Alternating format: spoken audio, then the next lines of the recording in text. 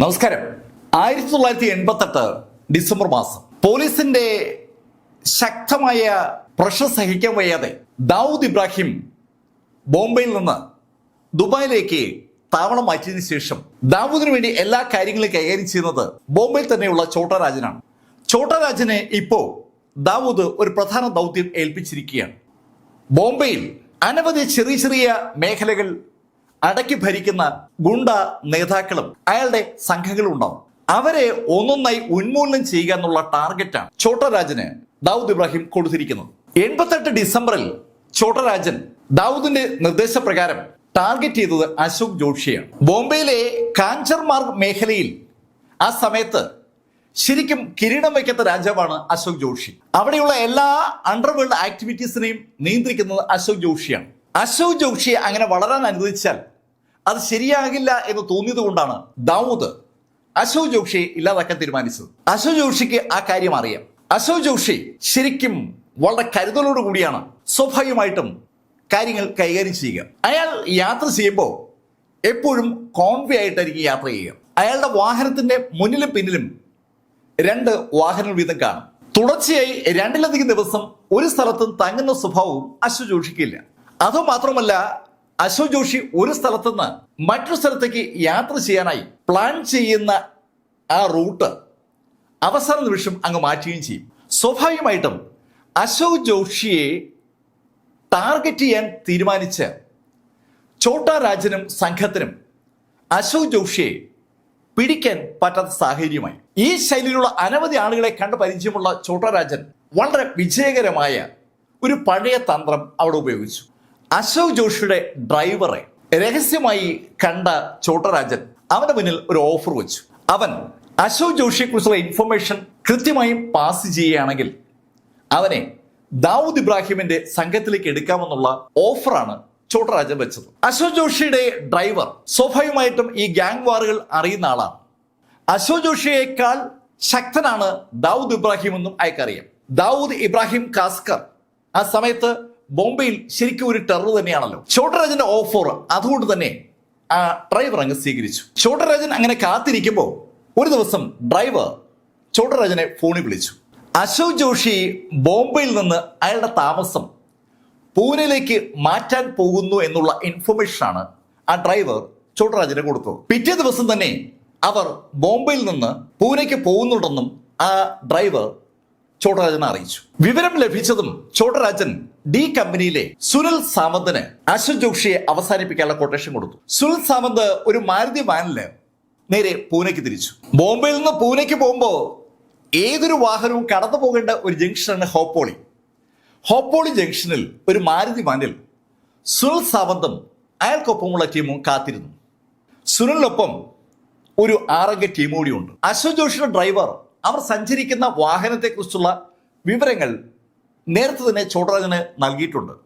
ആ വിവരങ്ങൾ സുനിൽ സാമന്തിന് അറിയാം. ഛോട്ടാ രാജൻ അശോക് ജോഷിയുടെ ഡ്രൈവർക്കും ഒരു ഇൻഫർമേഷൻ കൊടുത്തിട്ടുണ്ട്. അശോക് ജോഷിയുടെ വാഹനം ഹോപ്പോളി കടക്കുന്ന നിമിഷം മുതൽ ആ വാഹനത്തെ ഛോട്ടാ രാജന്റെ വാഹനം ഫോളോ ചെയ്ത് തുടങ്ങി. ഛോട്ടാ രാജന്റെ വാഹനം അശോക് ജോഷിയുടെ വാഹനത്തെ ഫോളോ ചെയ്ത് ഓവർടേക്ക് ചെയ്ത് ചവിട്ടി നിർത്തുന്ന സമയത്ത് ഡ്രൈവർ വാഹനം നിർത്തി ഇറങ്ങി ഓടിക്കൊള്ളണം. അങ്ങനെ ഒരു നിർദ്ദേശമാണ് ഛോട്ടാ രാജൻ അശോക് ജോഷിയുടെ ഡ്രൈവർക്ക് കൊടുത്തിരുന്നത്. ഹോപ്പോളിയിൽ എത്തിയ സമയത്ത് തന്നെ അശോക് ജോഷിയുടെ ഡ്രൈവർ സൈഡ് മിററിലൂടെ പുറകെ വരുന്ന വാഹനങ്ങൾ നിരീക്ഷിക്കുകയാണ്. അയാളുടെ അടുത്തേക്ക് ഏതെങ്കിലും വാഹനം വരുന്നത് കാണുമ്പോൾ അയാൾ ആകാംക്ഷയോടുകൂടി ആ വാഹനത്തിലേക്ക് നോക്കും. ആ വാഹനം അയാളെ ഓവർടേക്ക് ചെയ്ത് പോകുമ്പോൾ അത് ചവിട്ടി നിർത്തുന്നുണ്ടെന്നാണ് അവൻ നോക്കുന്നത്. അങ്ങനെ അവൻ നോക്കിക്കൊണ്ടിരിക്കുന്ന സമയത്ത് അവന്റെ ശ്രദ്ധയിൽ കുറച്ച് പുറകിലായി ഒരു മാരുതി വാൻ അവരെ ഫോളോ ചെയ്യുന്ന കണ്ടു. ആ മാരുതി വാൻ കുറെ നേരമായി ആ വാഹനത്തിന്റെ പുറകെ ഉണ്ട്. അശോക് ജോഷിയുടെ ഡ്രൈവർക്ക് ആ വാഹനമായിരിക്കും ഛോട്ടാ രാജൻ ഏർപ്പാട് ചെയ്തിരിക്കുന്ന വാഹനമെന്ന് തോന്നിയ നിമിഷത്തിൽ ആ മാരുതി വാൻ അശോക് ജോഷിയുടെ ആ കാറിന് സമാന്തരമായി എത്തി. തന്റെ കാറിനെ ഓവർടേക്ക് ചെയ്യുന്ന ആ മാരുതി വാൻ മുന്നിൽ ചവിട്ടി നിർത്തും എന്ന പ്രതീക്ഷയോടുകൂടി അശോക് ജോഷിയുടെ ഡ്രൈവർ വാഹനം ഓടിക്കുകയാണ്. ആ സമയത്താണ് ആ മാരുതി വാനിൽ നിന്ന് അനവധി ഗണ്ണുകൾ പുറത്തേക്ക് വന്നത്. നല്ല പൊക്കമുള്ള ഒരു ചെറുപ്പക്കാരൻ അശോക് ജോഷിയുടെ ഡ്രൈവർക്ക് നേരെ നിറയൊഴിച്ചു. ആ സമയത്ത് ആ വാഹനത്തിൽ നിന്ന് മറ്റ് അനവധി തോക്കുകളും നിറയൊഴിക്കുകയാണ്. തന്റെ മുന്നിൽ ആ വാൻ ചവിട്ടി നിർത്തുന്നത് പ്രതീക്ഷിച്ച് വാഹനം ഓടിക്കുകയായിരുന്ന അശോക് ജോഷിയുടെ ഡ്രൈവറിന്റെ പുറത്തേക്ക് തുരുതുര വെടിയുണ്ടകൾ കയറി ഇറങ്ങി. ഡ്രൈവറുടെ പുറത്ത് വെടിയുണ്ടകൾ കയറി ഇറങ്ങിയതും വാഹനത്തിന്റെ നിയന്ത്രണം നഷ്ടമായി. ആ സമയത്ത് ആ കാറിനെ ഓവർടേക്ക് ചെയ്ത മാരുതി വാൻ അല്പം മുന്നിലേക്ക് ചെന്ന് ചവിട്ടി നിർത്തി. ഈ സമയത്ത് തലങ്ങും വിലങ്ങും വെടിയേറ്റ ആ ഡ്രൈവർ സ്റ്റിയറിംഗ് വീലിന്റെ മുകളിൽ കൂടെ വീണതും ആ കാറ് ഫുട്പാത്തിൽ ഇടിച്ച് ഏതാണ്ട് മറിഞ്ഞതുപോലെ നിൽക്കുകയാണ്. എന്താണ് സംഭവിക്കുന്നതെന്ന് ആ കാറിനകത്തുള്ള അശോക് ജോഷിക്കും കൂടെയുള്ള ആൾക്കാർക്കും മനസ്സിലാക്കും മുമ്പ് മാരുതി വാനിൽ നിന്ന് ചാടി ഇറങ്ങിയ സുനിൽ സാവന്തും കൂടെയുള്ള ആളുകളും ആ കാറിനെതിരെ നിറയൊഴിച്ചു തുടങ്ങി. ഈ സമയത്ത് അനവധി വാഹനങ്ങൾ ആ റോഡിലൂടെ അങ്ങോട്ടും ഇങ്ങോട്ട് പോകുന്നുണ്ട്. മാരുതി വാനിൽ നിന്ന് ചാടി ഇറങ്ങിയ ആളുകൾ അസാൾട്ട് റൈഫിളുകളും പിസ്റ്റളുകളും ഉപയോഗിച്ച് മുന്നിലുള്ള കാറിലേക്ക് നിറയൊഴിക്കുന്ന കണ്ടതും വാഹനങ്ങളൊക്കെ പെട്ടെന്ന് ചവിട്ടി നിർത്തി. ആളുകൾ അമ്പരപ്പോൾ നോക്കുമ്പോൾ മാരുതി വാനിൽ നിന്ന് പുറത്തിറങ്ങിയ ആളുകൾ തൊട്ട് മുന്നിൽ കാണുന്ന കാറിലേക്ക് ചുമ്മാ നിറയൊഴിക്കുകയാണ്. 180 റൗണ്ടാണ് ആ ചെറുപ്പക്കാർ നിറയൊഴിച്ചത്. ആ വാഹനത്തിനകത്ത് ആരെങ്കിലും ജീവനോടെ ഉണ്ടോ എന്ന് നോക്കാൻ പോലും നിൽക്കാതെ ആ നിറയൊഴിച്ച ആളുകൾ തിരിച്ചുപോയി അവരുടെ വാനിൽ കയറി വാനങ്ങ് ഓടിച്ചു പോവുകയും ചെയ്തു. പട്ടാപ്പകൽ ബോംബെ പൂനെ ഹൈവേയിൽ ഒരുപാട് ആളുകൾ കണ്ടുകൊണ്ട് നിൽക്കെ സുനിൽ സാവന്തിന്റെ നേതൃത്വത്തിൽ നടന്ന ആ ഷൂട്ടൌട്ടിൽ പങ്കെടുത്ത ഒരാളാണ് മഹേന്ദ്ര ഡോളസ് അഥവാ മായ ഡോളസ്. മായ ഡോളസ് യഥാർത്ഥത്തിൽ അരുൺ ഗാവ്ലി ടീമിന്റെ ഭാഗമായിരുന്നു. അരുൺ ഗാവ്ലി ടീം ചോട്ടരാജനുമായി അടുപ്പത്തിലായ സമയത്ത് ചോട്ടരാജൻ അരുൺ ഗാവ്ലി ടീമിൽ നിന്ന് മായ ഡോളസിനെ അയാളുടെ ഗ്യാങ്ങിലേക്ക് ചേർത്തതാണ്. മായ ഡോളസ് ചോട്ടരാജൻ പറയുന്ന പോലുള്ള കാര്യങ്ങളൊക്കെ ചെയ്തു വരികയാണെങ്കിലും മായ ഡോളസിനെ ആരും അധികം ശ്രദ്ധിച്ചിരുന്നില്ല. അങ്ങനെ ഇരിക്കുമ്പോഴാണ് 91 ഓഗസ്റ്റ് മാസത്തിൽ ഒരു സംഭവം ഉണ്ടാകുന്നത്. 1990 തുടക്കത്തിൽ ഡി ഗ്യാങ് നടത്തിയ ഒരു വെടിവെപ്പുമായി ബന്ധപ്പെട്ട് പോലീസ് ഒരു സമഗ്ര അന്വേഷണം നടത്തുകയും ആ അന്വേഷണത്തിന്റെ പാർട്ടായിട്ട് അനവധി ആളുകളെ അറസ്റ്റ് ചെയ്ത കൂട്ടത്തിൽ അവർ മായ ഡോളസിനെ പൊക്കിയിരുന്നു. 91 ആഗസ്റ്റ് മാസത്തിൽ മായ ഡോളസിനെ മസഗോണിലുള്ള കോടതിയിലേക്ക് പോലീസ് കൊണ്ടുവരികയാണ്. രാവിലെ ജയിലിൽ നിന്ന് വിചാരണയുടെ ആവശ്യത്തിന് വേണ്ടി കോടതിയിലേക്ക് കൊണ്ടുവരുമ്പോൾ പ്രതികളെ വിലങ്ങ് വെച്ചാൽ കൊണ്ടുവരിക. പക്ഷെ കോടതിക്കുള്ളിലേക്ക് കയറുന്ന സമയത്ത് അവരുടെ വിലങ്ങ് പോലീസ് അഴിക്കും. കോടതിക്കുള്ളിൽ പ്രതിയും വാദിയൊക്കെ തുല്യരാണ്. അത് ഉറപ്പാക്കാൻ വേണ്ടിയാണ് യഥാർത്ഥത്തിൽ ഈ പ്രതികളുടെ വിലങ്ങ് അഴിക്കുന്നത്. രാവിലെ 11 മണിക്കാണ് മായ ഡോളസിനെയും കൊണ്ട് പോലീസുകാർ മസഗോൺ കോടതിയിലെത്തിയത്. കോടതി മുറിയിൽ മായ ഡോളസിന്റെ കേസ് വിളിക്കുന്ന സമയമായപ്പോൾ അവർ മായ ഡോളസിന്റെ കയ്യിലെ വിലങ്ങ് അഴിച്ചിട്ട് അയാളെ കോടതി മുറിയിലേക്ക് കയറ്റി. 2 പോലീസുകാരും മായ ഡോളസിന്റെ ഇരുവശത്തുമായി അങ്ങനെ നിൽക്കുകയാണ്. അകത്ത് ജഡ്ജിയും വക്കീലന്മാരും കോടതി ജീവനക്കാരും വേറെ കേസുമായി ബന്ധപ്പെട്ട ആളുകളൊക്കെ ഉണ്ട്. എല്ലാവരും അവരവരുടെ കാര്യങ്ങളിൽ തിരക്കിലാണ്. ആ സമയത്ത് പോക്കറ്റിനകത്തേക്ക് കൈയിട്ട മായ ഡോളസിന്റെ കൈ പുറത്തു വന്നപ്പോൾ ആ കയ്യിൽ നിറയെ മുളക് പൊടിയാണ്. ആ മുളക് പൊടി അയാൾ തൊട്ടടുത്ത് നിൽക്കുന്ന പോലീസുകാരുടെ കണ്ണിലേക്ക് അങ്ങ് തേച്ചു പിടിപ്പിച്ചു. തികച്ചും അപ്രതീക്ഷിതമായി തന്റെ കണ്ണിലേക്ക് നിറയെ മുളക് പൊടി വീണതും പതറിപ്പോയ ആ പോലീസുകാരൻ അലറി കരയുന്ന ശബ്ദം ആ കോടതി മുറിയെ ശരിക്കും വിറപ്പിച്ചു. ജഡ്ജിയും മറ്റ് കോടതി ജീവനക്കാരും വക്കീലന്മാരും എന്നുവേണ്ട സകലരും അമ്പരപ്പോടെ അലറിക്കരയുന്ന ആ പോലീസുകാരൻ നോക്കുമ്പോൾ മായ ഡോളസിന്റെ അടുത്തുണ്ടായിരുന്ന അടുത്ത പോലീസുകാരൻ ശരിക്കും ഞെട്ടി നിൽക്കുകയാണ്. അവിടെ സഹപ്രവർത്തകൻ അലറിക്കൊണ്ട് കണ്ണ് അള്ളിപ്പിടിക്കുന്നതാണ് അയാൾ കാണുന്നത്.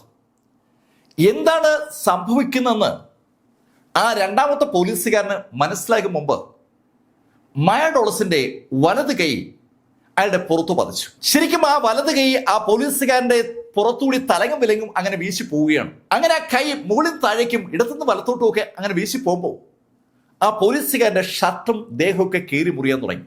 ആ ഷർട്ടും ദേഹമൊക്കെ കീറി മുറിഞ്ഞത് മായ ഡോളസിന്റെ കൈക്കകത്തുണ്ടായിരുന്ന ഒരു ബ്ലേഡ് വഴിയാണ്. ആ പോലീസുകാരനെ ശരിക്കും ചിത്രപഥം ചെയ്യും പോലെ മായ ഡോളസ് ആ ബ്ലേഡ് കൊണ്ട് വരയുകയാണ്. ഈ കാഴ്ച ലൈവായി കോടതിയിലെ മുഴുവൻ ആളുകളും കാണുകയാണ്. എന്ത് ചെയ്യണമെന്നറിയാതെ സകലരും അന്തപ്പെട്ട് നിൽക്കുമ്പോഴേക്കും മായ ഡോളസ് ആ കോടതി മുറിയിൽ നിന്ന് കോടതിയുടെ വരാന്തയിലേക്ക് ഇറങ്ങിയിരുന്നു. ശരിക്കും ഒരു ബഹളം അവിടെ നടക്കുന്നിടയിൽ അയാൾ വരാന്തയിലൂടെ താഴെ ഓടിയെത്തുകയും അതിവേഗം അവിടുന്ന് അപ്രത്യക്ഷനാവുകയും ചെയ്തു. മായ ഡോളസ് എന്ന ആളെക്കുറിച്ച് കേട്ടിട്ട് പോലുമില്ലാത്ത ആളുകൾ എല്ലാവരും അങ്ങനെ ആ പേരറിഞ്ഞു. മസഗൺ കോടതിയിൽ സകല ആളുകളും കണ്ടുകൊണ്ട് നിൽക്കെ 2 പോലീസുകാരെ അറ്റാക്ക് ചെയ്തിട്ട് രക്ഷപ്പെട്ട ഗുണ്ട മായ ഡോളസ് ഒറ്റ ദിവസം കൊണ്ടാണ് പെട്ടെന്ന് എല്ലാവരും അറിയുന്ന ആളായി മാറിയത്. ഈ വിവരം അറിഞ്ഞ പോലീസുകാരും മറ്റ് അധോലോക നേതാക്കളും എന്നോട് സകലരും അമ്പരന്ന് പോവുകയാണ്. സാധാരണഗതിയിൽ ഈ മാഫിയ പ്രവർത്തനത്തിൽ ഏർപ്പെടുന്ന ആളുകൾ ഒരേ ഒരു ടീമിനെയാണ് ഭയക്കുക, അത് പോലീസിനെയാണ്. പോലീസിനെയും കാക്കി ഡ്രസ്സിനെയും അവർക്ക് ശരിക്കും ഭയമാണ്. പോലീസുമായി ഉടക്കാനുള്ള ഒരു സാഹചര്യവും ഈ അധോലോക നേതാക്കൾ ഉണ്ടാക്കത്തില്ല. കാക്കി ഡ്രസ്സിന് അവർ അന്നും ഇന്നും ഒരു ബഹുമാനം കൊടുക്കും. ഇവിടെ ഇതാ കോടതി മുറിക്കുള്ളിൽ സകലരും കണ്ടുകൊണ്ട് നിൽക്കെ 2 പോലീസുകാരെ അറ്റാക്ക് ചെയ്തിട്ട് ഒരു ചെറുപ്പക്കാരൻ രക്ഷപ്പെട്ടിരിക്കുകയാണ്. സാധാരണഗതിയിൽ ഗുണ്ടാ പ്രവർത്തനത്തിൽ ഏർപ്പെട്ടിരിക്കുന്ന ഒരാളും ചെയ്യാത്തൊരു കാര്യമാണ് ഇവിടെ മായ ഡോളസ് ചെയ്തത്. 25 വയസ്സ് മാത്രം പ്രായമുള്ള ആ ചെറുപ്പക്കാരൻ രാഖിരാമാനം അങ്ങനെ കുപ്രസിദ്ധനോ പ്രസിദ്ധനോ ഒക്കെ ആയി. മായ ഡോളസിന്റെ പ്രസിദ്ധിയും കുപ്രസിദ്ധിയും ഒക്കെ ഒരു ദിവസം കൊണ്ട് എല്ലാ സ്ഥലത്തും എത്തുമ്പോൾ ആളുകൾ സ്വയം ചോദിക്കുന്ന ഒരു ചോദ്യമുണ്ട്: എങ്ങനെ മായ ഡോളസിന്റെ കൈവശം ആ ബ്ലേഡും അതുപോലെ മുളക് കൂടി എത്തി? പലതരത്തിലുള്ള അഭ്യൂഹങ്ങൾ അതുമായി ബന്ധിപ്പിച്ചുണ്ടായി. മായ ഡോളസിന് അത് ജയിലിൽ നിന്ന് വരുന്ന വഴിക്ക് ആരെങ്കിലും കൊടുത്തതാണോ, അതോ വരുന്ന വഴിക്ക് ബാത്റൂമിൽ എങ്ങനെ കയറുന്നതിന് വേണ്ടി എവിടെയെങ്കിലും അയാൾ ഇറങ്ങിയോ? അതിന് പോലീസുകാർ അയാളെ സഹായിച്ചു. ആ സമയത്ത് നേരത്തെ കൂട്ടി പ്ലാൻ ചെയ്തതനുസരിച്ച് ആരെങ്കിലും മുളക് പൊടിയും ബ്ലേഡും അവിടെ ഒളിപ്പിച്ചു വെച്ചിരുന്നു? പലതരത്തിലുള്ള ചോദ്യങ്ങൾ ഉണ്ടാവുകയാണ്. ആ 2 പോലീസുകാരും മൃഗീയമായി ആക്രമിക്കപ്പെട്ടിരിക്കുന്നത് കൊണ്ട് അവരുടെ സഹായത്താൽ അല്ല മായ ഡോളസ് ആ ബ്ലേഡും മുളക് പൊടിയും സംഘടിപ്പിച്ചതെന്ന് പകൽ പോലെ വ്യക്തമാണ്. സകലരും എങ്ങനെയാണ് മായ ഡോളസിന്റെ കയ്യിലേക്ക് ആ മുളക് പൊടിയും അതുപോലെ ബ്ലേഡും എത്തിയത് എന്നതിനെ കുറിച്ച് അന്വേഷിക്കുകയാണ്. ഈ സമയത്ത് മായ ഡോളസും സംഘവും അശോക് ജോഷിയുടെ സംഘാംഗങ്ങളെ തിരഞ്ഞുകൊണ്ടിരിക്കുകയാണ്. അശോക് ജോഷിയുടെ സംഘാംഗങ്ങളിൽപ്പെട്ട എല്ലാവരും കൊല്ലപ്പെട്ടിട്ടില്ല. ഇനിയും ശക്തരായ 3 ആളുകൾ അവശേഷിക്കുകയാണ്. മായ ഡോളസും സംഘവും അശോക് ജോഷിയുടെ സംഘാംഗങ്ങളെ തിരക്കിക്കൊണ്ടിരിക്കുമ്പോഴാണ് ഈ കഞ്ചർമാർഗ് മേഖലയിൽ ഒരു ഗണപതി ഘോഷയാത്ര നടക്കുന്നത്. ഒരുപാട് ആളുകൾ ഗണപതി വിഗ്രഹത്തിന്റെ പുറകിൽ അണിനിരന്ന് വലിയൊരു ഘോഷയാത്രയായിട്ട് അങ്ങനെ വരികയാണ്. ആ ഘോഷയാത്രയുടെ ഭാഗമായിട്ട് അശോക് ജോഷിയുടെ സംഘത്തിലെ 3 ആളുകളുണ്ട്. റോഡിൽ കൂടി കടന്നു വരുന്ന ആ ഗണപതി വിഗ്രഹ ഘോഷയാത്ര കാണാനായി കൂടി നിൽക്കുന്ന ആളുകളൊക്കെ പെട്ടെന്നാണ് ശരിക്കും അമ്പരന്ന് പോകുന്നത്. ആ ഘോഷയാത്രയുടെ മുന്നിലേക്ക് AK-47 തോക്കുമായി ഒരു ചെറുപ്പക്കാരൻ നടന്നു വരുന്നത് കണ്ടതുകൊണ്ടാണ് ആളുകൾ ശരിക്കും ഞെട്ടിയത്. ആ ഘോഷയാത്രയുടെ മുന്നിലേക്ക് വന്നത് സാക്ഷാൽ മായ ഡോളസ് ആണ്. മായ ഡോളസ് ആ ഗണ്ണ് ഒന്ന് ഉയർത്തിപ്പിടിച്ചിട്ട് അതിന്റെ ട്രിഗറിലൊന്ന് അമർത്തിയതും തുരുതുര വെടിയുണ്ടകൾ ആകാശത്തേക്ക് ഉതിർന്നു. ആ രംഗം കാണുകയും ശബ്ദം കേൾക്കുകയും ചെയ്ത ആളുകൾ തലങ്ങും വിലങ്ങും ഓടുമ്പോൾ മായ ഡോളസ് ആ ആൾക്കൂട്ടത്തിൽ അവർ പ്രതീക്ഷിക്കുന്ന ആളുകൾക്ക് നേരെ നിറയൊഴിച്ചു. മായ ഡോളസും അയാൾക്കൊപ്പമുള്ള ഗ്യാങ്ങുകളും ഒന്നിച്ച് ആ ആൾക്കൂട്ടത്തിന് നേരെ നിറയൊഴിച്ചതും വെടിയുണ്ടകളുടെ ഒരു വർഷം തന്നെ ഉണ്ടായി. മായ ഡോളസും സംഘവും ടാർഗറ്റ് ചെയ്ത് വന്ന ആ 3 അശോക് ജോഷിയുടെ ഗുണ്ടകളും വെടിയേറ്റ് താഴെ വീണു. പക്ഷെ ഇതിനിടയിൽ അവരുടെ തോക്കിൽ നിന്ന് പാഞ്ഞ വെടിയുണ്ടകൾ നിരപരാധികളായ 5 ആളുകളുടെ ജീവനെടുക്കുകയും 8ഓളം ആളുകൾക്ക് പരിക്കേൽപ്പിക്കുകയും ചെയ്തു. വെടിയേറ്റ് ആ 3 അശോക് ജോഷിയുടെ ആളുകളും താഴെ വീണു എന്ന് ഉറപ്പായതും മായ ഡോളസും സംഘവും അവർ വന്ന വാഹനത്തിൽ കയറി അവിടെ നിന്ന് പോവുകയും ചെയ്തു. ശരിക്കും എൻറ്റയർ ആളുകളും ഞെട്ടിത്തരിച്ചുപോയ നിമിഷം. കേട്ടുകേൾവിയില്ലാത്ത ഒരു കാര്യമാണ് അവരൊക്കെ കണ്ടത്. പട്ടാപ്പകൽ സകല ആളുകളെയും കണ്ടുകൊണ്ട് നിൽക്കെ AK-47 ബോംബെയിലെ ഒരു തെരുവിൽ ഒരാൾ ഇറങ്ങി നിന്ന് നിറയൊഴിക്കുമെന്ന് സ്വപ്നത്തിൽ പോലും ആരും കരുതിയിരുന്നല്ല. ശരിക്കും ഈ വാർത്ത അധോലോക മേഖലയുമായി ബന്ധപ്പെട്ട ആളുകളെ മാത്രമല്ല, പോലീസിനെയും എൻ്റെ ഗവൺമെന്റിനെയും പിടിച്ചു ഉലച്ചു എന്ന് പറയാം. പോലീസിനായാലും ഗവൺമെന്റിനാണെങ്കിലും സാധാരണ ജനങ്ങൾക്കാണെങ്കിലും സങ്കല്പിക്കാനാവാത്ത ഒരു കാര്യമാണ് സംഭവിച്ചിരിക്കുന്നത്. സാധാരണ ധാരാളം പ്രശ്നങ്ങൾ ബോംബെയിലെ തെരുവുകളിൽ ഉണ്ടാകാറുണ്ട്. കത്തിക്കുത്തും ചെറിയ തോതിൽ തോക്കുപയോഗിച്ചുള്ള ഫയറിംഗ് ഒക്കെ ഉണ്ടാകാറുണ്ട്. പക്ഷേ AK-47 എന്ന അസാൾട്ട് റൈഫിൾ ഉപയോഗിച്ചുകൊണ്ട് പട്ടാപ്പകൽ മുഴുവൻ ആളുകളും കണ്ടുകൊണ്ട് നിൽക്കുകയും ഈ ശൈലിയിൽ ആരെങ്കിലും വെടിയുതിർക്കുമെന്ന് ഒരാളും സ്വപ്നത്തിൽ പോലും കരുതിയിട്ടുണ്ടായിരുന്നില്ല. പക്ഷെ അതാ ഇവിടെ സംഭവിച്ചിരിക്കുന്നത്. ആരാണത് ചെയ്തത്? ആ ചോദ്യത്തിന് ഉത്തരം പെട്ടെന്ന് തന്നെ എല്ലാവരും അറിയുകയാണ്. മായ ഡോളസ്. മാസഗോൺ കോർട്ടിൽ നിന്ന് രക്ഷപ്പെട്ട മായ ഡോളസിന്റെ കഥ പ്രചരിച്ചു വരുന്നതിനിടയിലാണ് ഈ കഥ ജനം അറിയുന്നത്. ഈ രണ്ട് കഥകളും ആളുകൾ കൂട്ടിയോജിപ്പിച്ച് ശരിക്കും അൺബിലീവബിൾ ആയിട്ടുള്ള ശൈലിയിൽ ആ കഥ അങ്ങ് പ്രചരിപ്പിക്കുകയാണ്. അശോക് ജോഷിയുടെ സംഘങ്ങളെ കൊല്ലാൻ വേണ്ടി ദാവൂദ് ഇബ്രാഹിം ഒരു കൊടും ക്രിമിനലിനെ ജയിലിൽ നിന്ന് പുറത്തെത്തിച്ചതാണ്.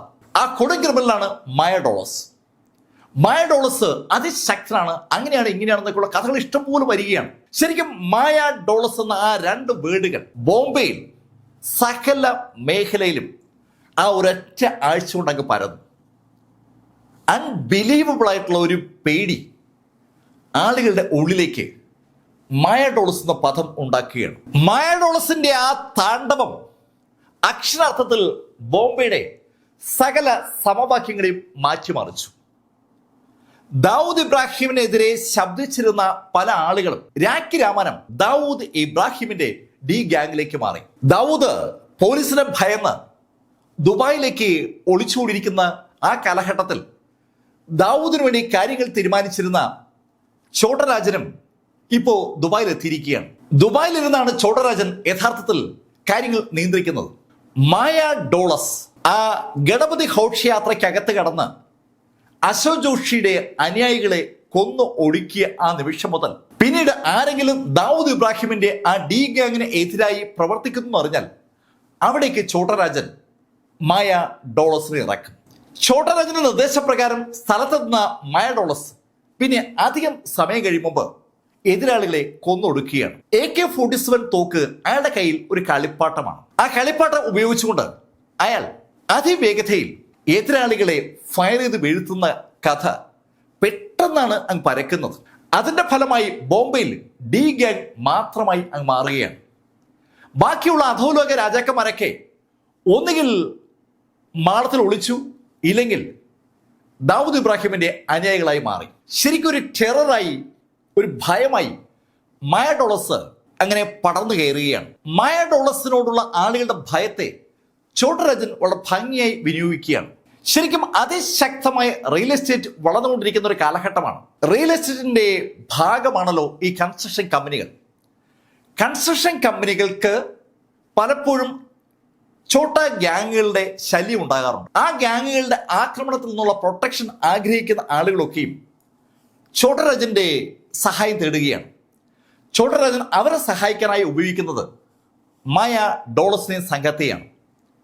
മായ ഡോളസ് സ്ഥലത്തുണ്ടെന്ന് കണ്ടാൽ പിന്നെ ചെറു ഗ്യാങ്ങുകളിൽ നിന്നും ഈ കൺസ്ട്രക്ഷൻ മുതലാളിമാരെ തൊടാനേ തയ്യാറാകില്ല. അതിന്റെ ഫലമായി ഈ കൺസ്ട്രക്ഷൻ കമ്പനികൾ അല്ലെങ്കിൽ അതിന്റെ ഉടമകൾ മായ ഡോളസിലേക്ക് പണം എത്തിക്കും. ആ പണം മായ ഡോളസിൽ നിന്ന് ചോട്ടരാജനിലേക്കും അതുവഴി ദാവൂദ് ഇബ്രാഹിം കാസ്കറിലേക്കും എത്തും. ശരിക്കും ഭയം വിറ്റ് കാശുണ്ടാക്കിയാണ് ചോട്ടരാജനും ദാവൂദ് ഇബ്രാഹിം. അതിന് അവരെ സഹായിക്കുന്ന കക്ഷിയാണ് മായ ഡോളസ്. മായ ഡോളസിനോടുള്ള ആളുകളുടെ ആ ഭയത്തെ മുതലാക്കാൻ തീരുമാനിച്ച ചോട്ടരാജൻ മായ ഡോളസിനൊപ്പം നിൽക്കാനായി ഒരാളെ ചുമതലപ്പെടുത്തി. അതാണ് ദിലീപ് ബൂവ.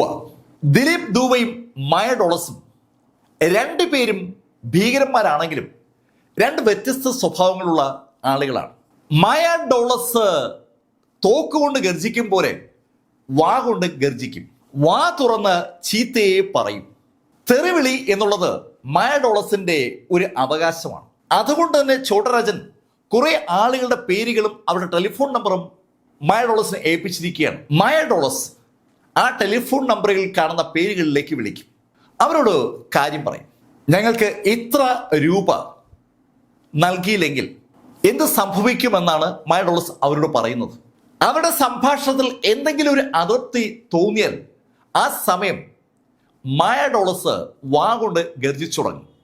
തെറിവിളിയുടെ ഒരു പൂരമായിരിക്കും പിന്നീട് ഉണ്ടാവുക. അതിനോടൊപ്പം മായ ഡോളസിന്റെ ഭീഷണിയും കൂടി ചേരുമ്പോൾ ചോട്ടരാജൻ ഉദ്ദേശിച്ച കാശ് ആ നിമിഷത്ത് തന്നെ അവരുടെ അടുത്തെത്തും. സകലരെ തെറി വിളിച്ച് ഭീഷണിപ്പെടുത്തുന്ന ജോലിയാണ് മായ ഡോളസ് ഏറ്റെടുത്തിരിക്കുന്നെങ്കിൽ ബൂവ തികച്ചും വ്യത്യസ്തനാണ്. അവരധികം സംസാരിക്കാറേയില്ല. വളരെ ശാന്ത സ്വഭാവമാണ് ബൂവയുടേത്. മായ ഡോളസിനെ സംബന്ധിച്ചിടത്തോളം താനാണ് ഒരു കാര്യം ചെയ്തതെന്ന് 4 പേര് അറിയണമെന്നുള്ള ആഗ്രഹമുണ്ട്. ശരിക്കും ഒരു അധികാരത്തോട് താല്പര്യമുള്ള കക്ഷിയാണ് മായ ഡോളസ്. അതേസമയത്ത് ഈ ബൂവ അതിലൊന്നും വലിയ താല്പര്യം കാണിക്കാത്ത കക്ഷിയാണ്. ബൂവ അയാളെ ഏൽപ്പിക്കുന്ന ജോലി കൃത്യമായി ചെയ്യാൻ ആഗ്രഹിക്കുന്ന ആളാണ്. അൺബിലീവബിൾ ആയിട്ടുള്ള ഒരു ഷാർപ്പ് ഷൂട്ടറാണ് ഈ ബൂവ. അയാളുടെ മുഖത്ത് നോക്കി ഒരു കാര്യം നമുക്ക് കണ്ടുപിടിക്കാൻ പറ്റില്ല. അയാൾ ഷൂട്ട് ചെയ്തതിന് മുമ്പുള്ള ഭാവവും ഷൂട്ട് ചെയ്യുന്ന സമയത്തുള്ള ഭാവവും ഷൂട്ട് ചെയ്തതിന് ശേഷമുള്ള ഭാവം ഏതാണ്ട് ഒന്ന് തന്നെയായിരിക്കും. അയാൾ എപ്പോൾ തോക്കെടുക്കുമെന്നോ വെടിവെക്കുമെന്നോ പറയാൻ പറ്റില്ല. മായ ഡോളസും ശരിക്കും തോക്ക് ഉപയോഗിക്കുന്നതിൽ മിടുക്കനാണെങ്കിലും അവനാണ് ആളുകളെ കൊന്നതെന്ന് 4 പേര് അറിയണമെന്നുള്ള ആഗ്രഹം മായ ഡോളസിനുണ്ട്. ഈ മായ ഡോളസും ബൂവയും പോലീസിന് ശരിക്കും തലവേദന ആവുകയാണ്. അവന്മാർ 2 പേരെയും ഇല്ലാതാക്കാൻ ആന്റി ടെററിസ്റ്റ് ഗ്രൂപ്പ് ഒരു പദ്ധതി പ്ലാൻ ചെയ്തുകൊണ്ടിരിക്കുകയാണ്. ഏറ്റിസിന്റെ തലവൻ ആ സമയത്ത് IG അഖ്തബ് അഹമ്മദ് ഖാനാണ്. അഖ്തബ് അഹമ്മദ് ഖാൻ ആ വളർന്നു വരുന്ന 2 ടെററിനെയും അവസാനിപ്പിക്കാനുള്ള പദ്ധതികൾ പ്ലാൻ ചെയ്യുമ്പോൾ മായ ഡോളസ് അവനെ ഏൽപ്പിച്ചിരിക്കുന്ന കാര്യങ്ങൾ അതീവ ഭംഗിയായി ചെയ്തുകൊണ്ടിരിക്കുകയാണ്. ഏതെങ്കിലും കൺസ്ട്രക്ഷൻ കമ്പനിയിലെ ആളുകൾ അല്ലെങ്കിൽ ഫ്ലാറ്റ് ഉടമകൾ അല്ലെങ്കിൽ മറ്റ് കമ്പനികൾ നടത്തുന്ന ആളുകൾ പറഞ്ഞ സമയത്ത് പണം കൊടുക്കാതെ വരികയോ പണം കൊടുക്കാൻ വിസമ്മതിക്കുകയോ ചെയ്താൽ ഛോട്ടരാജൻ ആ നിമിഷം തന്നെ മായ ഡോളസിനെ വിവരമറിയിക്കും. വിവരമറിയുന്ന മായ ഡോളസ് AK-47 ആ കമ്പനി ഓഫീസിലേക്ക് അങ്ങ് എത്തും.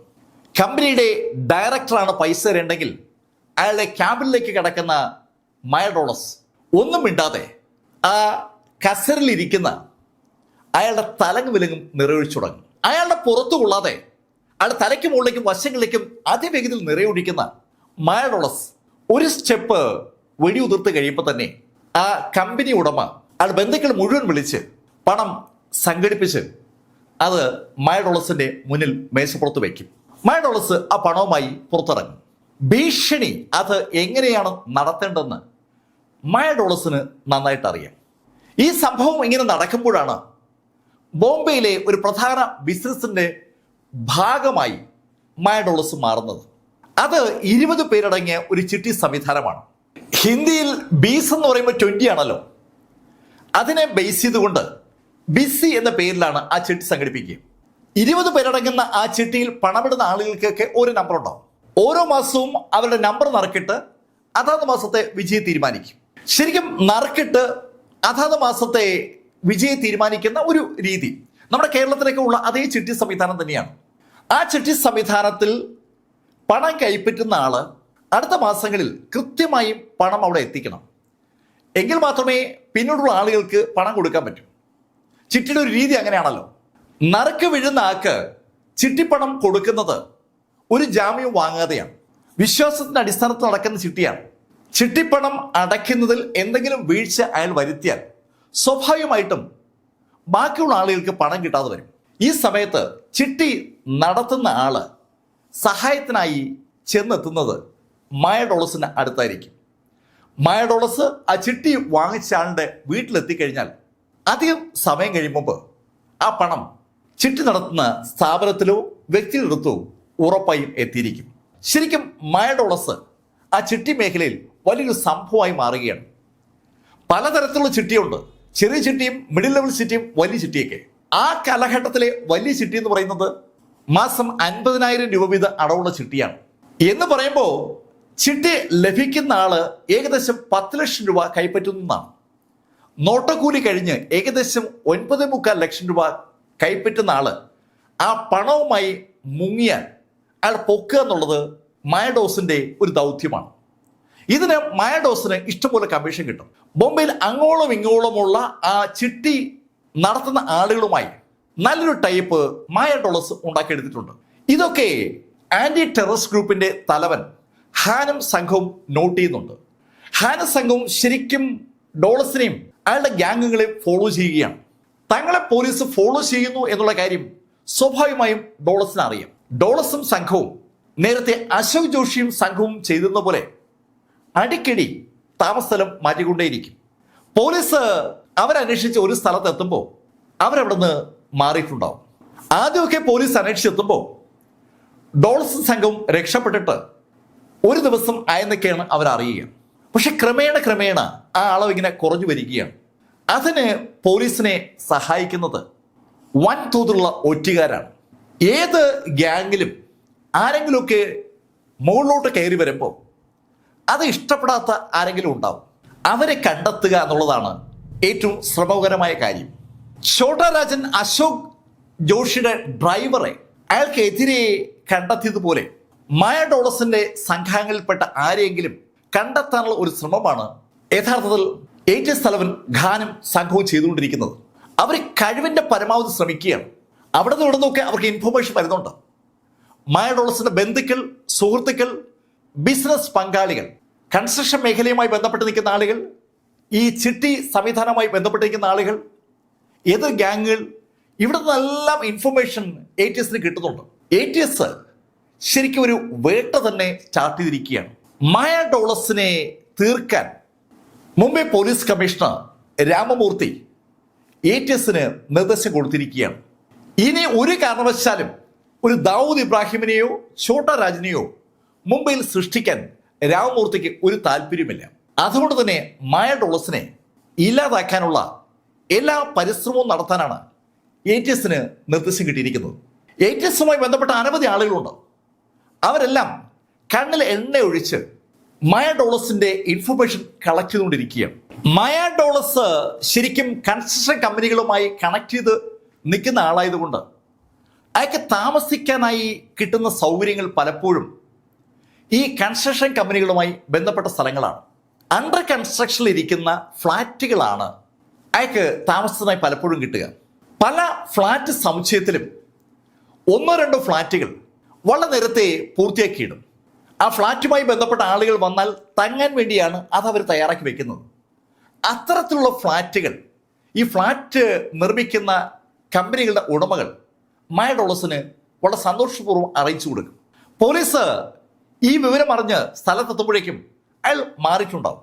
അങ്ങനെ ഇരിക്കുമ്പോഴാണ് ATSന് ശരിക്കും നിർണായകമായ ഒരു ഇൻഫർമേഷൻ കിട്ടുന്നത്. ഈ ലോഖാണ്ട മേഖലയിൽ ഒരു ഗോപൽ രാജ്വാണിയുടെ നിയന്ത്രണത്തിൽ ഒരു കൺസ്ട്രക്ഷൻ നടക്കുകയാണ്.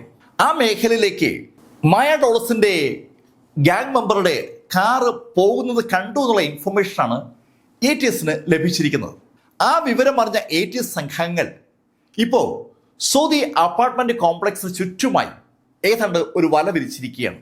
വളരെ രഹസ്യമായിട്ട് അവർ അറിഞ്ഞ വിവരം ശരിയാണോ എന്ന് അവർ നിരീക്ഷിക്കുമ്പോൾ തന്നെ ആ കോംപ്ലക്സിൽ നിന്ന് പുറത്തേക്ക് പോകാൻ കഴിയുന്ന എല്ലാ വഴികളും അവർ പൂർണ്ണമായും ഏതാണ്ട് ലോക്ക് ചെയ്ത് നിൽക്കുകയാണ്.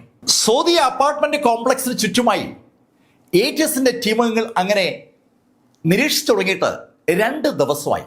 അപ്പോഴാണ് വളരെ വളരെ കൃത്യതയോടുകൂടി ഒരു ഇൻഫർമേഷൻ ATSനെ തേടി വരുന്നത്. ലോഖൻവാലയിലെ ഒരു ബിൽഡിങ്ങിൽ മായ ഡോളസ് ഉണ്ടെന്നുള്ള ഇൻഫർമേഷനാണ് അവരെ തേടി വന്നത്. ശരിക്കും മായ ഡോളസിനൊപ്പമുള്ള ആരോ ഒരാൾ, അല്ലെങ്കിൽ അവരുമായി കണക്ട് ചെയ്തിരിക്കുന്ന ആരോ ഒരാൾ, അല്ലെങ്കിൽ അവരുടെ ആക്ഷനെ നിയന്ത്രിക്കുന്ന ആരോ ഒരാൾ ATSന് ഇൻഫർമേഷൻ കൊടുക്കുകയാണ്. മായ ഡോളസ് ഉണ്ട് എന്ന് ATSന് വിവരം ലഭിച്ചിരിക്കുന്ന ബിൽഡിങ്ങിന് സമീപം ആദ്യം എത്തിയത് ഖാരലും MA ഖൗവിയുമാണ്. അവരെത്തി അല്പസമയം കഴിഞ്ഞതും ATS തലവൻ ഖാനും സ്ഥലത്തെത്തി. ഖാനൊപ്പം രാജൻ മാങ്തയും ഇക്ബാൽ ഷെയ്ഖും ഉണ്ട്. ശരിക്കും ഇവരെല്ലാം തന്നെ എൻകൗണ്ടർ സ്പെഷ്യലിസ്റ്റുകളാണ്. ആ എൻകൗണ്ടർ സ്പെഷ്യലിസ്റ്റുകളെല്ലാം എത്തിയിരിക്കുന്നത് മായ ഡോളസിനെ അവസാനിപ്പിക്കാനാണ്. എന്ത് വില കൊടുത്തും മായ ഡോളസിനെ അവിടെ ഇട്ട് തീർക്കുമെന്ന് തീരുമാനിച്ചുറച്ചാണ് ATS എത്തിയിരിക്കുന്നത്. അപ്ന ഘർ കോംപ്ലക്സ് എന്ന ഒരു വലിയ പാർപ്പിട സമുച്ചയത്തിന്റെ വടക്ക് പടിഞ്ഞാറായിട്ടാണ് ഈ സോദി അപ്പാർട്ട്മെന്റ് കോംപ്ലക്സ് ഉള്ളത്. അതിന് 2 വിങ്ങുകളുണ്ട്, A വിങ്ങും B വിങ്ങും. ATS തലവൻ ഖാനിന് ലഭിച്ചിരിക്കുന്ന ഇൻഫർമേഷൻ മായ ഡോളസ് ഈ സോദി കോംപ്ലക്സിലെ A വിങ്ങിലെ 5ാമത്തെ ഫ്ലാറ്റിലുണ്ടെന്നാണ്. മായ ഡോളസും സംഘവും ആ 5ാമത്തെ ഫ്ലാറ്റിലുണ്ടെന്ന് ATS ഉറപ്പിക്കുന്നത് ആ ഫ്ലാറ്റിന് താഴെ കിടക്കുന്ന ആ വെള്ള മാരുതി എസ്റ്റീം കാർ നോക്കിയാണ്. അത് ബൂവയുടെ കാറാണ്. ATS ടീം അംഗങ്ങൾ അടുത്ത നടപടിയെക്കുറിച്ച് ആലോചിക്കുമ്പോഴേക്കും എം.എ. കോവി ആ പരിസരം ഒന്ന് വീക്ഷിച്ചു. അയാൾ ആ പരിസരം മുഴുവൻ കറങ്ങി നടന്ന് ഒന്ന് വീക്ഷിച്ചതിന് ശേഷം ഒരു ചെറിയ മാപ്പ് വരച്ചുണ്ടാക്കി. അവിടെയുള്ള ബിൽഡിങ്ങുകളുടെ ഘടനയും ആ ബിൽഡിങ്ങിലെ ഫ്ലാറ്റുകളുടെ രീതിയൊക്കെ ആ മാപ്പിൽ വളരെ സൂക്ഷ്മമായിട്ട് കോവി വരച്ച് കാണിച്ചു. കോവി നോക്കി ബോധ്യപ്പെട്ടത് ഒരു സിമ്പിൾ കാര്യമാണ്. ആ എ വിങ്ങിലെ ഫ്ലാറ്റുകളിൽ ഈ 5ാമത്തെ ഫ്ലാറ്റിന് ഒരു പ്രത്യേകതയുണ്ട്. ആ ഫ്ലാറ്റിന് 2 വാതിലുണ്ട്. ഒരു വാതിൽ മറ്റ് ഫ്ലാറ്റുകളെ പോലെ മുൻഭാഗത്തെ കോറിഡോറിലേക്കും മറ്റേ വാതിൽ സ്റ്റെപ്പിലേക്കുമാണ് തുറക്കുന്നത്. ആ ATS ടീം ഇത്രയും കാര്യങ്ങൾ മനസ്സിലാക്കി കഴിഞ്ഞതും 2ആയി പിരിഞ്ഞു. റാണയും ഇക്ബാൽ ഷെയ്ഖും ഒരു ഭാഗത്തേക്കും കോവിയും ദേശ്മുഖും ഖാരലും മറുഭാഗത്തേക്ക് നീങ്ങാനാണ് തീരുമാനം. അങ്ങനെ തീരുമാനമെടുത്തതും അവര് ബുള്ളറ്റ് പ്രൂഫ് ഡ്രസ്സ് ധരിച്ചു തുടങ്ങി. ഖാൻ ഉൾപ്പെടെ അവർ 6 പേരുണ്ട്. പക്ഷെ ഇപ്പൊ അവരുടെ കയ്യിൽ 5 ഡ്രസ്സേ ഉള്ളൂ. അത് മനസ്സിലാക്കിയത് ഇക്ബാൽ ഷെയ്ഖ് പറഞ്ഞു, സർ എനിക്ക് ബുള്ളറ്റ് പ്രൂഫ് വേണ്ട. ഇക്ബാൽ ഷെയ്ഖ് പറഞ്ഞത് ഖാരലും ആവർത്തിച്ചു, സർ എനിക്കും വേണ്ട. ബുള്ളറ്റ് പ്രൂഫ് ഡ്രസ്സ് ഇട്ട് കഴിയുമ്പോൾ ദേഹത്തൊരു ഭാരം തോന്നും. അത് ഒഴിവാക്കാൻ വേണ്ടിയാണ് ഷെയ്ഖും ഖാരലും അത് വേണ്ടെന്ന് വെച്ചത്. ഇക്ബാൽ ഷെയ്ഖും റാണയും ആ എ വിങ്ങിലെ ഫ്ലാറ്റുകൾ ഒന്നൊന്നായി കയറി 5ാമത്തെ ഫ്ലാറ്റിന്റെ മുന്നിലെത്തി. അവര് വാതിലിന് തൊട്ടടുത്താണ്. മറുഭാഗത്ത് സ്റ്റെപ്പുകൾ കയറി കോവി ടീം എത്തുകയാണ്. ആദ്യം ആക്ട് ചെയ്യേണ്ടത് എം.എ. കോവിയുടെ ടീമാണ്. ഇക്ബാൽ ഷെയ്ഖ് മുൻവശത്ത് വാതിലിനടുത്താണ് ഉള്ളത്. മുൻഭാഗത്തെ വാതിലിനടുത്തെത്തിയിരിക്കുന്ന ഇക്ബാൽ ഷെയ്ഖിന് അകത്ത് ടീം വെച്ചിരിക്കുന്ന ശബ്ദം കേൾക്കാം. ഏതോ ഒരു സിനിമ പ്ലേ ചെയ്യുകയാണ്. അമിതാഭ് ബച്ചന്റെ മുഴക്കമുള്ള ശബ്ദം ടിവിയിലൂടെ കേൾക്കുന്നത് വാതിലിലൂടെ പുറത്ത് ഇക്ബാൽ ഷെയ്ഖിനെ കേൾക്കാം. ഇക്ബാൽ ഷെയ്ഖ് വളരെ ശ്രദ്ധാപൂർവം അകത്തെ ശബ്ദത്തിന് ചെവി ഓർക്കുമ്പോൾ മറുഭാഗത്തുനിന്ന് വെടിതുർക്കുന്ന ശബ്ദം കേട്ടു. എം.എ. കോവി വാതിൽ ചവിട്ടി തുറന്ന് വെടിതുർത്തുകൊണ്ട് അകത്തേക്ക് അടക്കുമ്പോൾ അയാളുടെ ഇടതുഭാഗത്ത് ദേശ്മുഖും വലതു ഭാഗത്ത് ഖാരലുമാണ്. ആ മൂവർ സംഘം വെടിതുർത്തുകൊണ്ട് അകത്തേക്ക് അടക്കുമ്പോൾ കസറിലിരിക്കുകയാണ് ബൂവ. ബൂവ അകത്തേക്ക് വെടിതുർത്തുകൊണ്ട് കടന്നു വരുന്ന ആളുകളെ കണ്ടു. അയാളുടെ മുഖത്ത് ഒരു ഭാവമാറ്റവും ഉണ്ടായില്ല. ബൂവ അയാളുടെ ഇടത് കൈ ഒന്ന് ചലിപ്പിച്ചതും ഇടതുവശത്തുണ്ടായിരുന്ന മേശപ്പുറത്തുനിന്ന് ഒരു ഗണ്ണ് അയാളുടെ കയ്യിലേക്ക് വന്നു. ശരിക്കും കണ്ണു ചിമാതെ ഒരു അക്ഷരം പോലും മിണ്ടാതെ ബൂവ അകത്തേക്ക് കടന്നു വരുന്ന ആ ആളുകൾക്ക് നേരെ നിറയൊഴിച്ചു. ബൂവയുടെ ഗണ്ണിലെ ആദ്യത്തെ വെടിയുണ്ട തറച്ചു കയറിയത് കോവിയുടെ വലതു ഭാഗത്തുള്ള ഖാരലിന്റെ നെഞ്ചിലേക്കാണ്. ഖാരൽ ബുള്ളറ്റ് പ്രൂഫ് ധരിക്കാതെയാണ് അകത്തേക്ക് വന്നത്. ഖാരലിന്റെ നെഞ്ചിലേക്ക് വെടിയേറ്റ അതേ നിമിഷത്തിൽ തന്നെ മുൻഭാഗത്തുള്ള കോവിയുടെ കയ്യിലും വെടിയേറ്റു. കയ്യിൽ വെടിയേറ്റ കോവി ദേശ്മുഖിന്റെ സഹായത്തോടു കൂടി വെടിയേറ്റ് താഴെ വീണ ഖാരലിനെ ആ മുറിയിൽ നിന്ന് പുറത്തേക്ക് വലിച്ചിറക്കുമ്പോൾ അവരുടെ മറു കൈയിലുള്ള ഗണ്ണിൽ നിന്ന് ബൂവയ്ക്ക് നേരെ നിറയൊഴിക്കുകയാണ്. ബൂവ തിരിച്ചു നിറയൊഴിക്കുകയാണ്. ഇതൊക്കെ അതിവേഗത്തിലാണ് സംഭവിക്കുന്നത്. വാതിലിൽ ആരോ ചവിട്ടുന്ന കേട്ട നിമിഷത്തിൽ തന്നെ ബൂവയുടെ കയ്യിലേക്ക് ആ ഗണ്ണ് ഉയർന്നു വന്നിരുന്നു. വാതിൽ ചവിട്ടി പൊളിച്ചുകൊണ്ട് കോവി അകത്തേക്ക് കയറിയ ആ നിമിഷത്തിൽ ബൂവ വെടിയുറുക്കുകയായിരുന്നു. ഖാരലുമായി ആ വാതിലിന് പുറത്തേക്ക് നീങ്ങുന്ന ആ ടീമിന് നേരെ ആ സമയത്തും കസലിൽ നിന്ന് എണീക്കാതെ ബൂവ നിറയൊഴിച്ചുകൊണ്ടിരിക്കുകയാണ്. ഒരു പരുവത്തിൽ ഖാരലിനെയും കൊണ്ട് ദേശ്മുഖും കോവിയും വാതിലിന് പുറത്തെത്തി അതിവേഗം ആ ബിൽഡിങ്ങിന് താഴേക്ക് എത്തി. ATSലെ അതിശക്തനായ എൻകൗണ്ടർ സ്പെഷ്യലിസ്റ്റാണ് ഖാരൽ. ഖാരലാണ് വെടിയേറ്റ് വീണിരിക്കുന്നത്. ഖാരലിനെ അതിവേഗം ഹോസ്പിറ്റലിലേക്ക് ഷിഫ്റ്റ് ചെയ്യുമ്പോൾ ആ ഇൻഫർമേഷൻ വയർലെസ് വഴി മുകൾ തട്ടിലേക്ക് പോവുകയാണ്. കമ്മീഷണർ രാമമൂർത്തിയും വിവരം അറിഞ്ഞു. ആ നിമിഷം മുതൽ എൻ്റെ കഥയും മാറി മറിയുകയാണ്. പോലീസിനകത്ത് പല വിധത്തിലുമുള്ള പടലപ്പിണക്കങ്ങൾ ഉണ്ടാവും. പല ഗ്രൂപ്പുകളായിട്ടായിരിക്കും അവർ പ്രവർത്തിക്കുക. പക്ഷേ അവരുടെ കൂട്ടത്തിൽ ഒരാൾക്ക് അപകടം പറ്റിയെന്ന് കണ്ടാൽ പോലീസുകാരുടെ സ്വഭാവം അങ്ങ് മാറും. അത് ബോംബെയിലാണെങ്കിലും കേരളത്തിലാണെങ്കിലും അങ്ങനെ തന്നെ. പോലീസുകാർ പെട്ടെന്ന് ഒരു ടീമായി മാറും. അതാണ് തുടർന്ന് നമ്മൾ ബോംബെയിൽ കണ്ടത്. ഖാരലിനെ ആശുപത്രിയിലേക്ക് കൊണ്ടുപോകുന്ന വിവരം അറിഞ്ഞ ആ നിമിഷത്തിൽ സകല പോലീസുകാരും അവരുടെ സ്റ്റേഷനിലെ ആയുധങ്ങളുടെ അടുത്തേക്ക് ഓടുകയാണ്. ATSലെ ഖാരലിനെ ഇതാ മായ ഡോളസും സംഘവും വെടിവെച്ച് വീഴ്ത്തിയിരിക്കുന്നു. ആ വാർത്ത പെട്ടെന്ന് പരക്കുന്നത്. അതിവേഗം ആ മെസ്സേജ് എല്ലാ ഭാഗത്തേക്കും പടർന്നതും എൻറ്റയർ മുംബൈ പോലീസും ലോഖൻവാലയിലേക്ക് പാഞ്ഞു എന്ന് പറയാം. അടുത്ത അരമണിക്കൂർ കഴിയുമ്പോൾ നമ്മൾ കാണുന്നത് ലോഖൻവാല പോലീസ് പൂർണ്ണമായും വളഞ്ഞിരിക്കുന്നതാണ്. ബോംബെയുടെ പല ഭാഗത്തു നിന്നും പോലീസ് ഒരൊറ്റ മേഖലയിലേക്ക് മൂവ് ചെയ്യുമ്പോൾ സ്വാഭാവികമായിട്ടും അത് മാധ്യമങ്ങളുടെ ശ്രദ്ധയിൽപ്പെടും. ശരിക്കും ആ സമയത്ത് ആദ്യം ഈ സംഭവ വികാസങ്ങൾ നോട്ട് ചെയ്തത് BBC ആണ്. BBC-യുടെ ഓബി വാൻ പോലീസിനെ ഫോളോ ചെയ്ത് ലോഖൻവാലയിലെത്തി. ആ നിമിഷം മുതൽ BBC-യുടെ ലൈവ് ടെലികാസ്റ്റും ആരംഭിക്കുകയാണ്. ശരിക്കും അമ്പരപ്പിക്കുന്ന ഒരു ലൈവ് ടെലികാസ്റ്റ്. ലോഖൻവാല മേഖല പൂർണ്ണമായും പോലീസിന്റെ നിയന്ത്രണത്തിലാണ്. അത് മുഴുവൻ അങ്ങനെ തന്നെ ഒപ്പിയെടുത്ത് BBC ലൈവ് ടെലികാസ്റ്റ് തുടങ്ങിയോടുകൂടി സകല ആളുകളുടെയും ശ്രദ്ധ ലോഖൻവാലയിലേക്ക് തിരിഞ്ഞു. സ്വന്തം കയ്യിൽ വെടിയേക്കുകയും വെടിയേറ്റ് വീണ ഘാരലിനെ വലിച്ചു പുറത്തേക്ക് ഇറക്കുകയും ചെയ്യുന്ന ആ സെക്കൻഡുകൾക്കുള്ളിൽ MA കോവി ഒരു കാഴ്ച കൂടി കണ്ടിരുന്നു. ആ ഫ്ലാറ്റിനകത്ത് അയാൾ മായ ഡോളസിനെ കണ്ടിരുന്നു. ആ വിവരം താഴെ എത്തിയ സമയത്ത് തന്നെ അയാൾ ATSലെ ബാക്കി ആളുകളെ അറിയിച്ചിരുന്നു. അവർ പ്രതീക്ഷിച്ചു വന്ന സാക്ഷാൽ മായ ഡോളസ് ആ A വിങ്ങിലെ 5ാമത്തെ നമ്പർ ഫ്ലാറ്റിലുണ്ട്. അക്കാര്യം ഇപ്പൊ ഉറപ്പാണ്. അവർ മായ ഡോളസിനെ പലപ്പോഴും ഫോളോ ചെയ്ത് മായ ഡോളസ് ഉള്ള സ്ഥലത്തെത്തുമ്പോൾ മായ ഡോളസ് മുങ്ങിയാണ് പതിവ്. ഇപ്പൊ ഇതാ അവർക്ക് മുന്നിലുള്ള ആ ഫ്ലാറ്റ് സമുച്ചയത്തിലെ 5ാം നമ്പർ ഫ്ലാറ്റിൽ മായ ഡോളസ് ഉണ്ടെന്ന് ഉറപ്പായിരിക്കുകയാണ്. പോലീസ് സകല മേഖലയിൽ നിന്നും അങ്ങോട്ട് വന്നുകൊണ്ടിരിക്കുകയാണ്. P gang versus D gang, police gang versus Daud gang. വൻ ക്യാപ്ഷനോടുകൂടി ലൈവായി BBC ടെലികാസ്റ്റ് തുടങ്ങിയോടുകൂടി സകല മേഖലയിലെയും മാധ്യമ പ്രവർത്തകരും ആ മേഖലയിലേക്ക് വെച്ചുപിടിച്ചു. ഇപ്പോ അതുവഴി ഇതുവഴിയൊക്കെ പോകുന്ന സകല വാഹനങ്ങളും നിർത്തിയിട്ട് ആളുകളൊക്കെ ഈ കാഴ്ച കാണാൻ കൂടിയിരിക്കുകയാണ്. ആയിരക്കണക്കിന് ആളുകളാണ് നിമിഷ നേരം കൊണ്ട് ആ എൻറ്റയർ മേഖലയിലുമായി എത്തപ്പെട്ടത്. ഇതിനിടയിൽ പെട്ടിരിക്കുന്ന ഒരു ടീമുണ്ട്. അത് ആ ഫ്ലാറ്റ് സമുച്ചയത്തിനകത്ത് താമസിക്കുന്ന ആളുകളാണ്. അവരൊക്കെ അമ്പരപ്പോടെയാണ് ആ കാഴ്ച കാണുന്നത്. അവിടെ എൻറ്റയർ ഫ്ലാറ്റിനെയും ഒരു വൻ പോലീസ് സേന വളഞ്ഞിരിക്കുകയാണ്. എല്ലാ ഫ്ലാറ്റുകളിലെ ആളുകൾ സോദി അപ്പാർട്ട്മെന്റ് കോംപ്ലക്സിലെ A വിങ്ങിലെ 5ാമത്തെ നിലയിലേക്കാണ് നോക്കുന്നത്. കാരണം 100 കണക്കിന് ഗണ്ണുകളാണ് ആ 5ാമത്തെ നിലയിലേക്ക് ചൂണ്ടിയിരിക്കുന്നത്. ആ കോംപ്ലക്സിന് ചുറ്റും വളഞ്ഞിരിക്കുന്ന പോലീസുകാരുടെ ഗണ്ണുകൾ ആ 5ാമത്തെ ഫ്ലാറ്റിലേക്കാണ് ചൂണ്ടിയിരിക്കുന്നത്. അതിന് മുൻപിലും പിൻപിലുമുള്ള വാതിലുകളാണ് ആ ഗണ്ണുകൾ ലക്ഷ്യം വെക്കുന്നത്.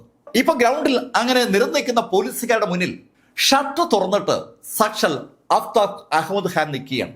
ATS തലവൻ. അദ്ദേഹത്തിന്റെ ഷർട്ടിലെ ബട്ടണുകൾ ഇട്ടിട്ടില്ല, ഓപ്പൺ ഷർട്ടാണ്. പക്ഷെ അതിനകത്ത് ബുള്ളറ്റ് പ്രൂഫ് കവചമുണ്ട്. അദ്ദേഹത്തിന്റെ ഷർട്ട് ഓപ്പൺ ആയിരിക്കുന്നതുകൊണ്ട് തന്നെ ആ കാഴ്ച വളരെ വ്യക്തമാണ്.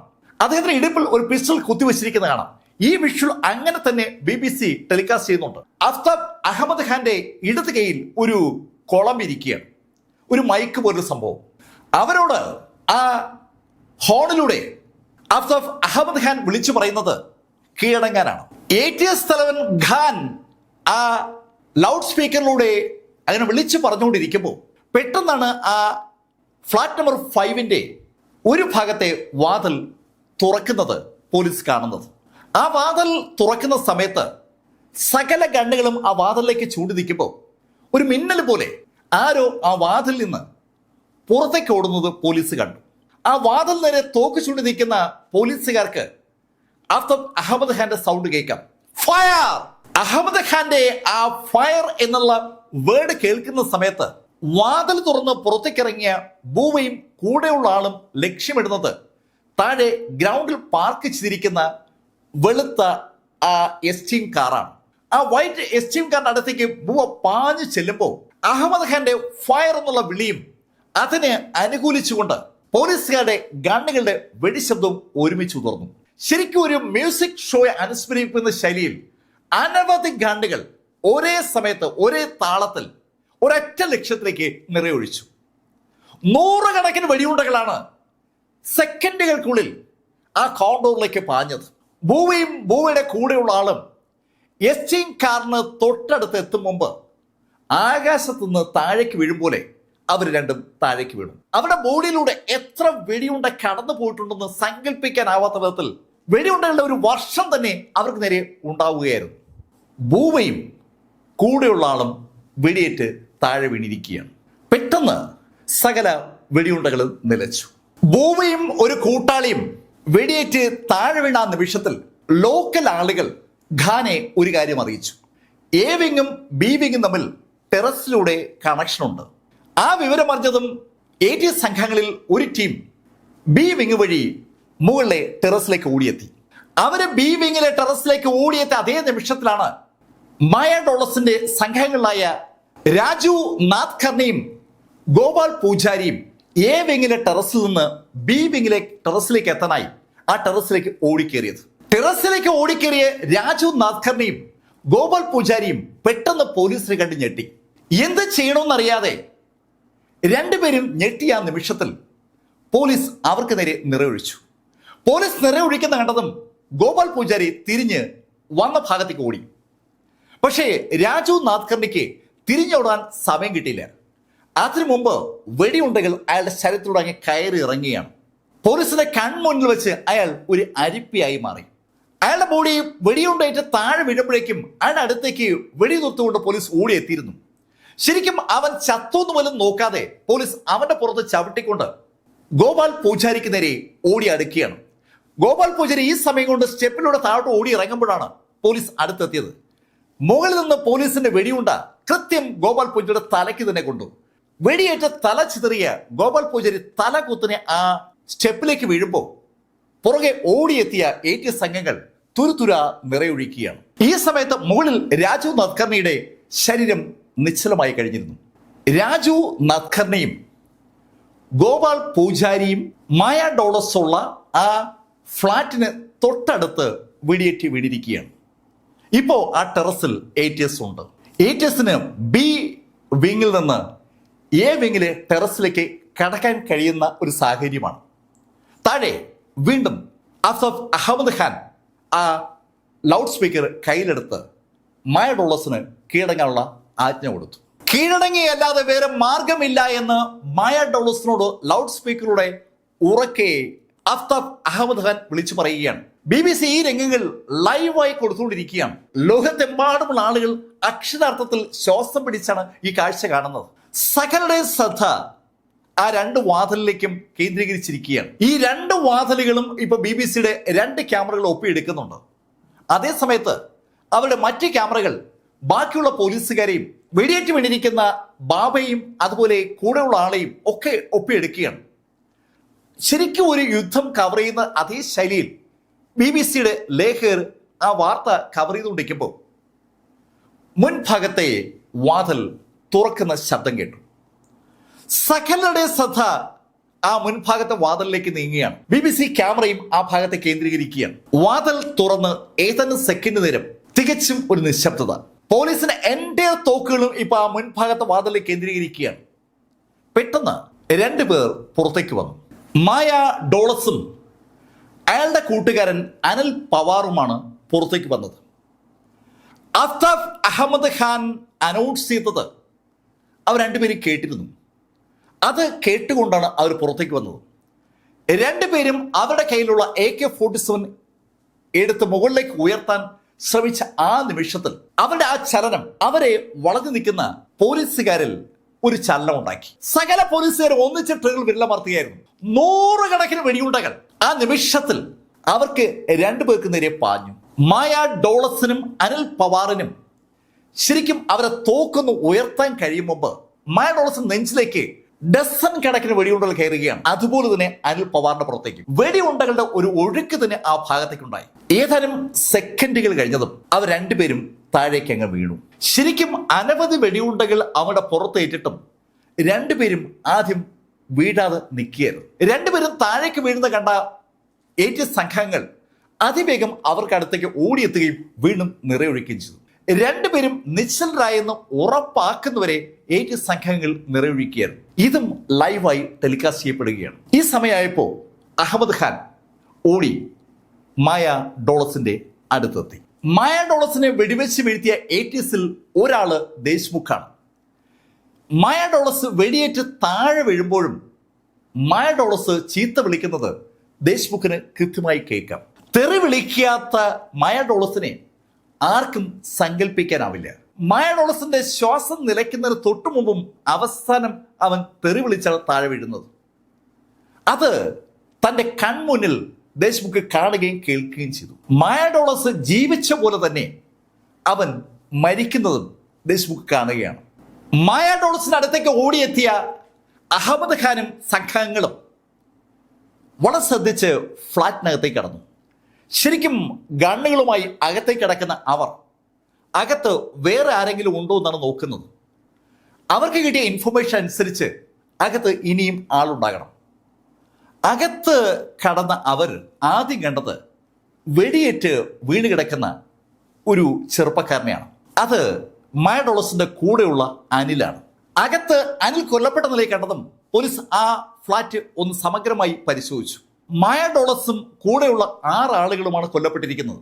ഇതിൽ ബൂബയ്ക്കൊപ്പം കൊല്ലപ്പെട്ട ആള് തികച്ചും അജ്ഞാതനായ ഒരു വ്യക്തിയാണ്. ആ വ്യക്തിയുടെ ഐഡന്റിറ്റി കണ്ടുപിടിച്ച പോലീസ് ശരിക്കും ഞെട്ടി. അത് പോലീസുകാരനായ വിജയ് ചോക്കറാണ്.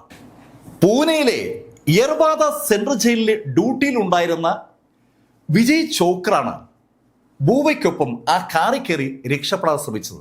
ഈ വിജയ് ചോക്കർ എപ്പോഴാണ് മായ ഡോളസിന്റെ സംഘാംഗമായി മാറിയത്? അമ്പരിപ്പിക്കുന്ന ആ ചോദ്യത്തിന് ഒരു ഉത്തരം കണ്ടെത്താൻ പോലും പോലീസിന് പറ്റാത്ത സാഹചര്യമാണ്. എങ്ങനെയാണ് പോലീസിന്റെ രഹസ്യങ്ങൾ ചോരുന്നെന്നുള്ളതിന്റെ വ്യക്തമായ ഒരു ഉദാഹരണമാണ് അവരുടെ കണ്ടത്. പോലീസിന്റെ കൂടെ നിന്ന ആള് തന്നെ ഇത് ഭീകരന്മാരുടെ കൂടെ നിൽക്കുകയാണ്. പോലീസ് മായ ഡോളസിനെയും സംഘങ്ങളെയും ഇല്ലാതാക്കാൻ വേണ്ടി ഫയർ ചെയ്തത് 2500 റൗണ്ടാണ്. ആ വെടിയുണ്ടകൾ ഏറ്റാണ് യഥാർത്ഥത്തിൽ അകത്തുണ്ടായിരുന്ന അനിൽ കൊല്ലപ്പെട്ടത്. ഒരു സമയത്ത് ആ 2 വാതിലിലേക്കും പോലീസ് തലങ്ങും വിലങ്ങും നിറയൊഴിക്കായിരുന്നു. ആകെ 2500 റൗണ്ട് വെടിതീർത്ത ഒരു സംഘടനം പോലീസിന്റെ ചരിത്രത്തിൽ ആദ്യമായിട്ടാണ്. ഹോസ്പിറ്റലിലേക്ക് ഷിഫ്റ്റ് ചെയ്യപ്പെട്ടിരുന്ന ഖാരലും അതുപോലെ കോവിയൊക്കെ അധികം കുഴപ്പമില്ലാതെ രക്ഷപ്പെട്ടു. ഈ എൻറ്റയർ ഇൻസിഡന്റും ടെലികാസ്റ്റ് ചെയ്ത BBC 6 മണിക്കൂറാണ് ലൈവ് പ്രോഗ്രാം നടത്തിയത്. ഈ സംഭവവികാസങ്ങൾ അവലോകനം നടത്തുന്ന പത്രക്കാരും മാധ്യമങ്ങളൊക്കെ ഒരുപാട് കൺക്ലൂഷൻസ് ഇതുമായി ബന്ധിപ്പിച്ച് കണ്ടെത്തിയിരുന്നു.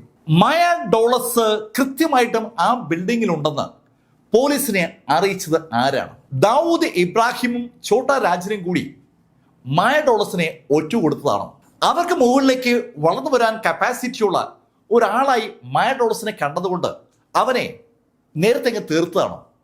അനവധി ചോദ്യങ്ങൾ അവിടെ ഉന്നയിക്കപ്പെട്ടെങ്കിലും ആരാണ് ഇൻഫർമേഷൻ കൈമാറിയെന്നുള്ള കാര്യം പോലീസ് അന്നും എന്നും പുറത്തുവിടാതെ സൂക്ഷിക്കുന്ന ഒരു കാര്യമാണ്. മായ ഡോളസ് ആ ബിൽഡിങ്ങിലെ 5ാമത്തെ നിലയിലുണ്ടെന്ന് വളരെ വ്യക്തമായ ഇൻഫർമേഷനാണ് പോലീസിന് കിട്ടിയത്. ആ ഇൻഫർമേഷൻ അണുവിട തെറ്റിയതുമില്ല. അതിന്റെ അടിസ്ഥാനത്തിലാണ് വൻതോതിൽ പോലീസിനെ അവിടെ എത്തിക്കാനും മായ ഡോളസിനെ സംഘത്തെ തീർക്കാനും പോലീസിന് പറ്റിയത്. ദാവൂദ് ഇബ്രാഹിം മായ ഡോളസിനെ പിന്നിൽ നിന്ന് കുത്തി എന്ന ശൈലിയിൽ അനവധി വാർത്തകൾ പിന്നീടുള്ള ദിവസങ്ങളിൽ പത്രങ്ങൾ വന്നിരുന്നു. എന്തായാലും ഇതിനെ ബേസ് ചെയ്തുകൊണ്ട് വിവേക് ഓബ്രായുടെ പ്രസിദ്ധമായ ഒരു സിനിമയും ഇറങ്ങിയിട്ടുണ്ട്. മായ ഡോളസിന്റെ കഥ നിങ്ങളോട് പറഞ്ഞത് എം ലൈഫിൽ നിന്ന് BS ചന്ദ്രമോഹൻ. കമന്റിൽ ചെയ്യുക. Thank you.